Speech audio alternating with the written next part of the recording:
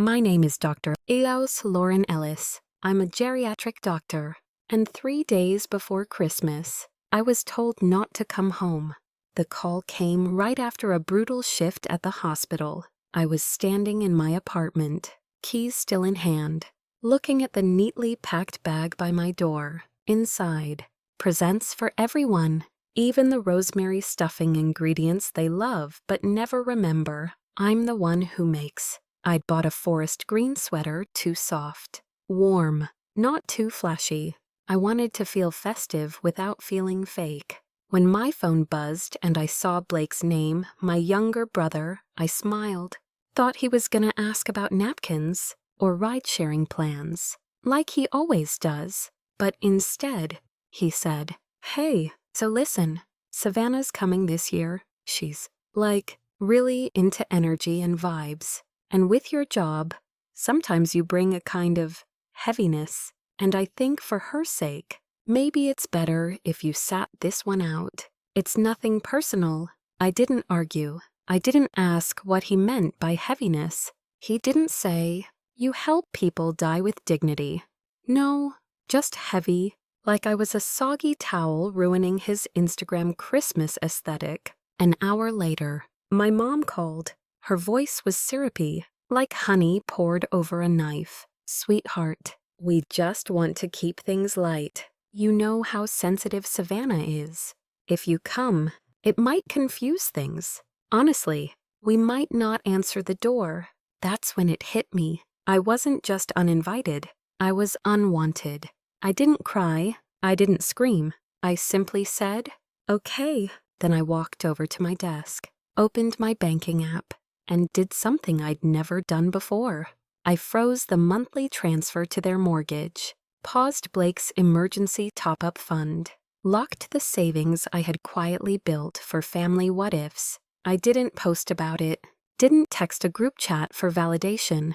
I just unplugged. And for the first time, that silence didn't feel like loneliness. It felt like freedom.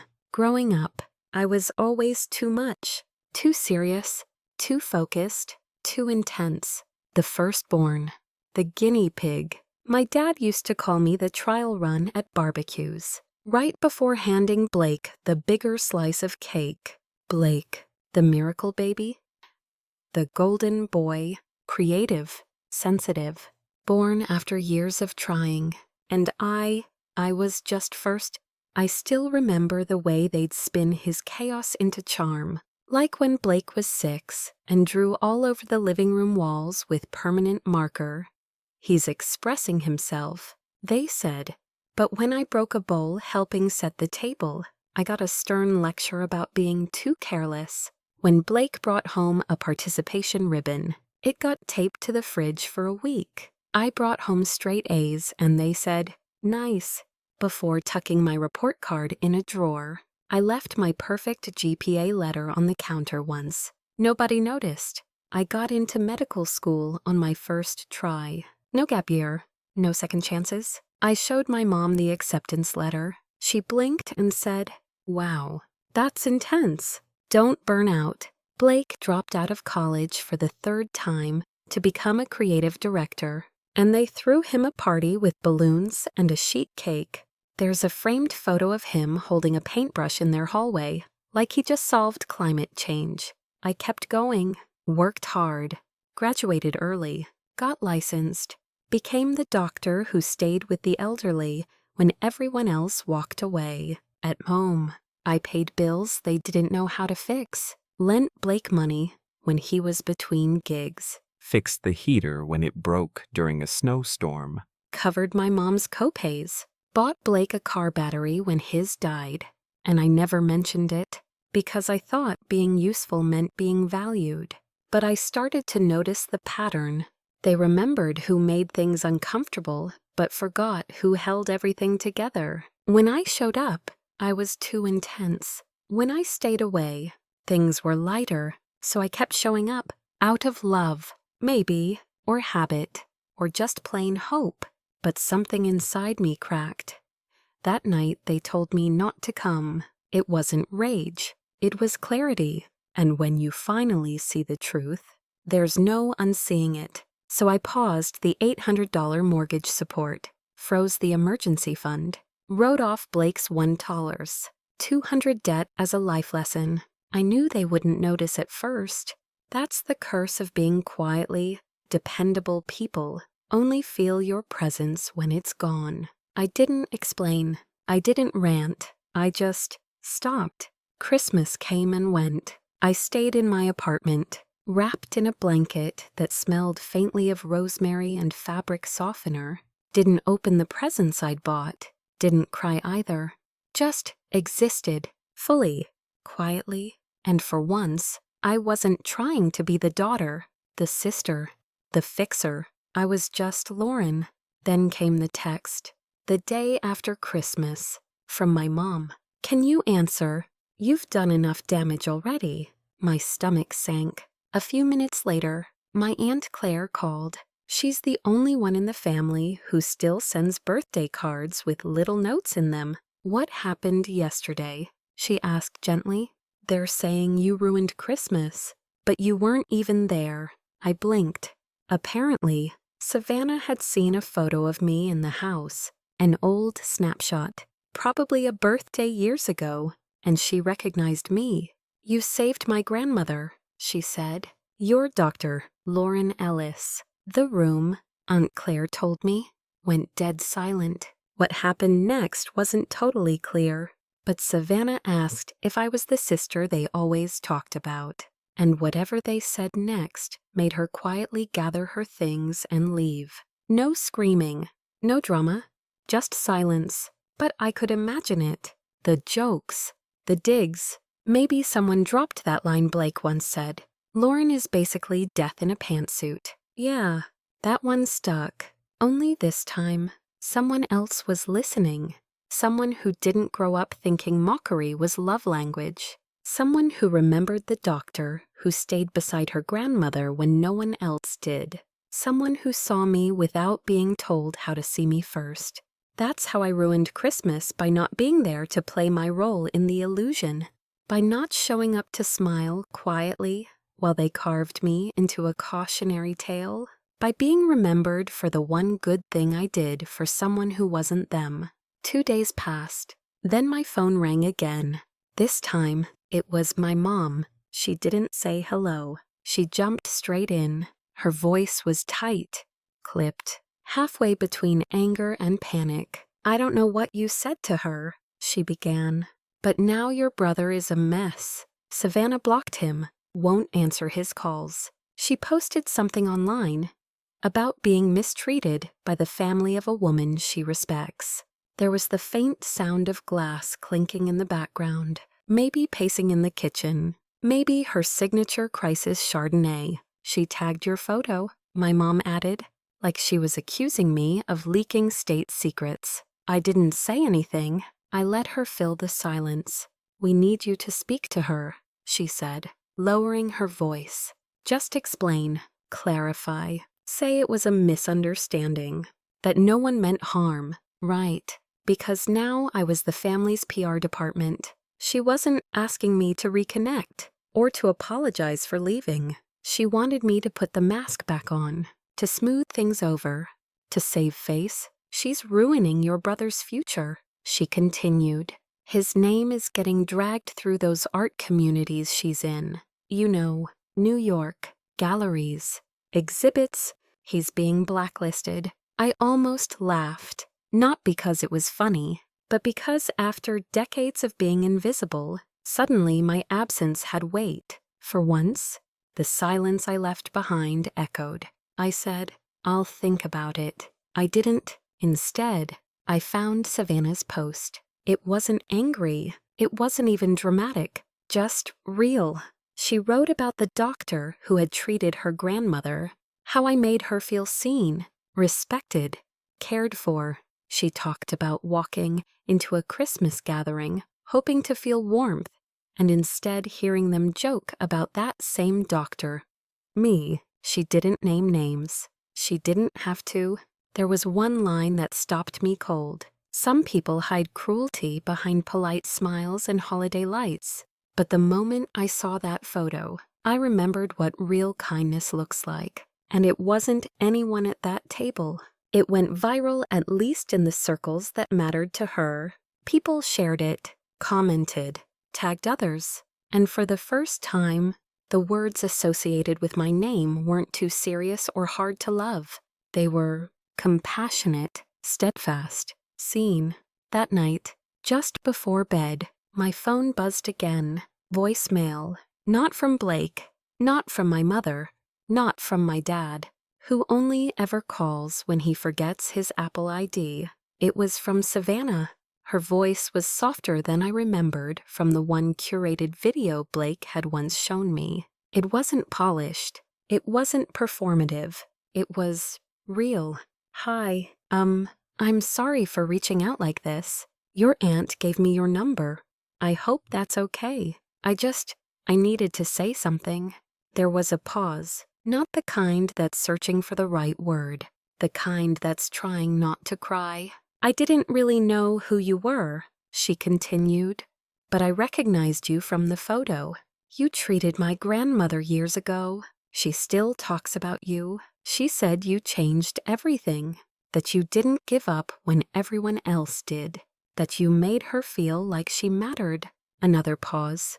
This time her voice cracked, just a little. I'm sorry for what was said about you. I had no idea. I couldn't stay there and pretend, so I left. That was it. No ask, no expectations, just truth. I listened to it twice, then again, and I cried. Not because I was sad, because I felt seen, truly seen. Not through the filter of family bias, not through the lens of being too intense, not as the shadow behind the golden boy, just as me. Savannah didn't offer a reunion lunch. She didn't send a peace offering latte. She didn't try to fix what she hadn't broken. She just acknowledged what was true, and somehow that did more for me than 1,000 insincere apologies ever could. 3 days later, a package arrived in the mail. Inside was a handwritten letter, thick paper, ink slightly smudged in the corners. She wrote about her grandmother, how she still does yoga twice a week, walks to the farmer's market on Sundays, and tells anyone who will listen about the young doctor who looked her in the eye and said, "You're not done yet." She thanked me not just for saving a life, but for showing her what real strength looks like. I framed that letter, hung it by my desk, the same desk where I finish patient notes every evening, and for the first time in years, I didn't feel like I had to prove anything. Not to them, not to anyone. Just when I thought it was finally quiet, an email popped up in my inbox. Subject line, "Let's reset things." It was from all three of them, my mom, my dad, Blake, a group message like a school project submission. The tone was exactly what you'd expect from people who think apologies are negotiations. No, we're sorry. Just, we regret how things may have been perceived. Translation, we're still right, but now we're scared. They suggested brunch, neutral territory, a mutual airing of feelings, and buried halfway down paragraph 4. We'd really appreciate it if you asked Savannah to take down her post. There it was. The real ask. The brunch wasn't a peace offering. It was a PR stunt. The apology wasn't for me. It was for damage control. They wanted their reputations back, and they thought I would once again play cleanup crew. I didn't reply. The next morning, things escalated. My dad, who can barely manage Facebook, called one of my hospital administrators, said he was concerned about my mental health, said I was acting erratic. He tried to get ahead of the fallout by making me look unstable. Thankfully, my administrator called me directly, told me exactly what happened, apologized, but the message was clear. My family wasn't trying to make peace. They were trying to protect themselves. Then came the text blast to extended relatives. Carefully edited half-truths, no mention of me being excluded, no mention of their comments, just vague concerns about her behavior and the state she's in. I got a yoga retreat voucher from a cousin I hadn't spoken to in years. In case you're going through something. Right. Then last act of desperation, a visit. It was a quiet Sunday afternoon when I heard the knock. I was sipping tea, still in my robe, the sun streaming gently through the window. I peeked through the peephole. There they were, all three of them. My parents, Blake, standing on my doorstep like they were visiting a sick relative. Concerned faces, over-rehearsed body language, the kind of performance you only give when you're not sure what the audience wants, but you're desperate to win them back anyway. I opened the door just enough to lean against the frame, arms crossed, calm. "We just want to talk," my mom said gently, with a hopeful tilt to her voice, like this was going to be the scene where everything magically went back to normal. But I didn't move, because by then, I knew they weren't here for me. They were here for the version of me they could use. The Lauren who fixed things, covered for them, kept everything tidy. And that version, she didn't live here anymore. So I just stood there, watching, letting the silence stretch long enough to make it clear that I wasn't going to bail them out this time.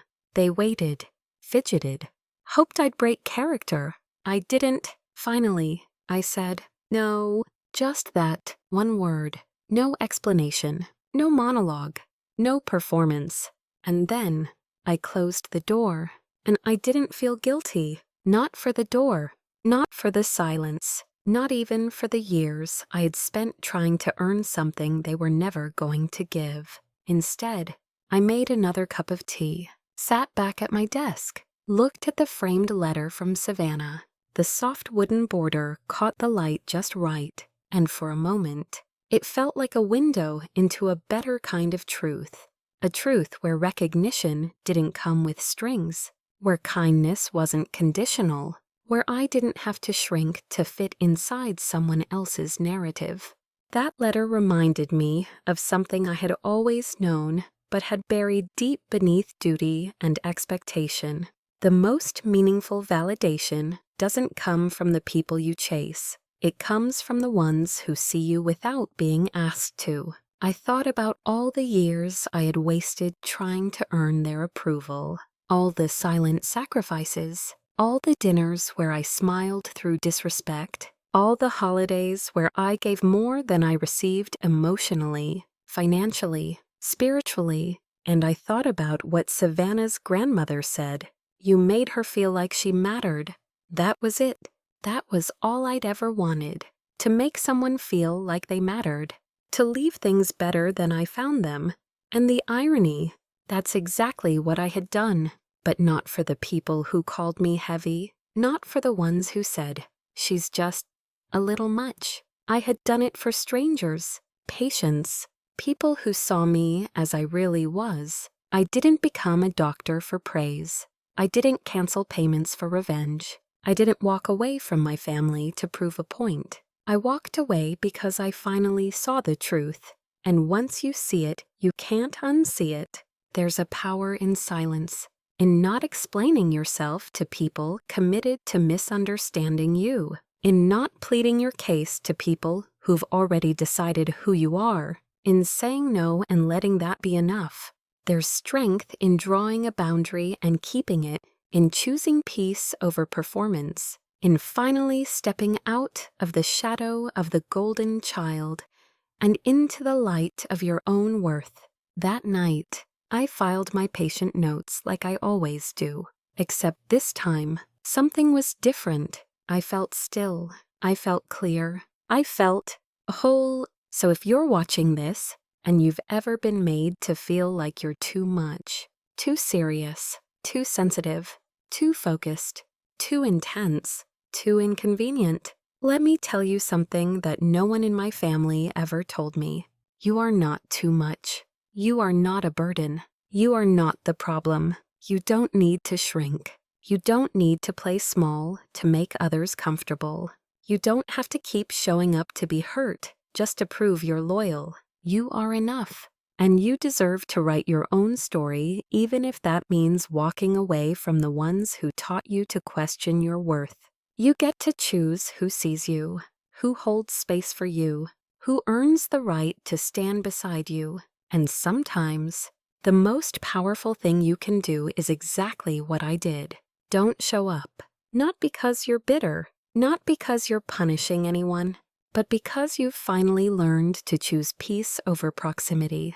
Because you've finally accepted that being unseen in a room full of people isn't the same as being alone. Because you've finally realized that you are not here to be anyone's backdrop. You are here to shine. And if this story spoke to you, and if any part of it felt like your reflection, I just want to say, I see you, I hear you, you matter. Take a moment to share, or comment if this resonated, because sometimes the quietest stories are the ones that speak the loudest truths, and sometimes the most powerful thing you can do is to walk away without saying a word.